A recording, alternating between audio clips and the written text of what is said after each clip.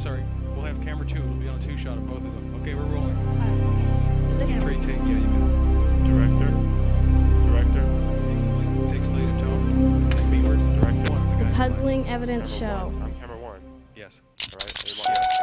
Over the shoulder shot. 8, Yeah, you don't have to get 7, real close. Just 6, yeah. 5, 4, 3, 2, 1. Ready to take music and title? And so the assassination of Bob remains with us.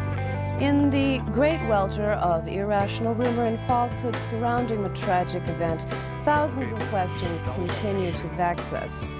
I am Bluette LeBeau, and welcome to Puzzling Evidence. Our guest for today is Reverend Dr. Hal of the Church of the Subgenius. Hello. Reverend Dr. Hal was, on January 22nd, 1984, the Master of Ceremonies on the fateful Night of Slack. Yeah, okay, He was, as such, the person physically closest to J.R. Bob Dobbs when he was brutally gunned down in the Victoria Theater.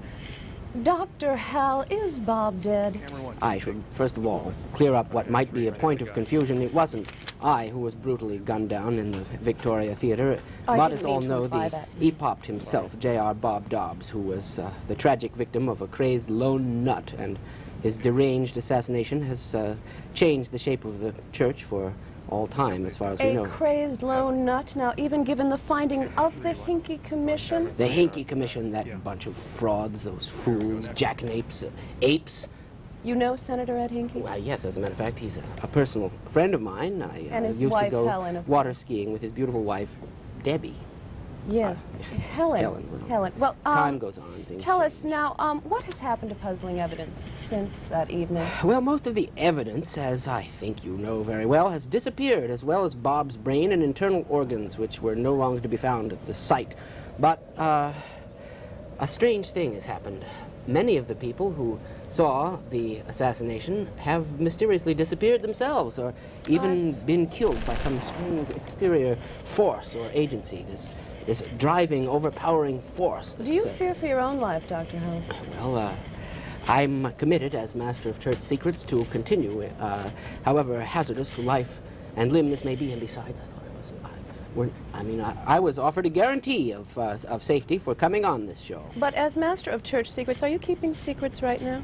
Well, what sort of Master of Church Secrets would I be if I gave away my secrets to every Tom, Dick, and Smith that came tittering into a video monitor? I think that should answer your question. I understand. Let's, you know, the videotape does exist of the actual assassination, yet oh my, it seems to have been edited beyond all credibility. Yes, some clumsy hands have been tampering with that one. And yet a single ominous picture remains. A lone gunman. Was it indeed a lone gunman?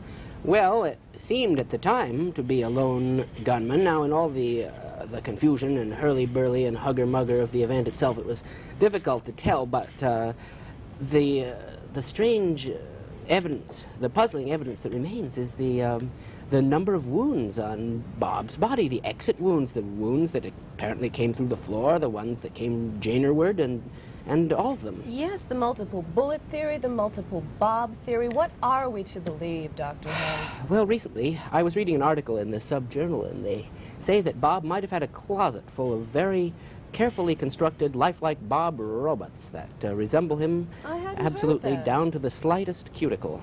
But I consider this, of course, another tissue of lies and absolute errant nonsense. Yet, but given the flawed, incomplete nature of the entire autopsy, what can we know of the nature of Bob's wounds? We can know that the entire thing, and I think Senator Ed Hinky knows this very well, and I hope he's watching, is a tissue of incompetent lies. And a broken pipe. Yes, I held the pipe up over Bob's bleeding body. Now it's up to the nation, to America, to do the same.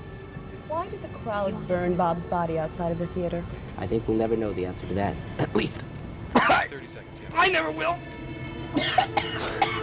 Reverend Hal, thank you very much for joining us here on Puzzling Evidence, and I hope you'll join us again next week when our guests will be alive. Thank you. Music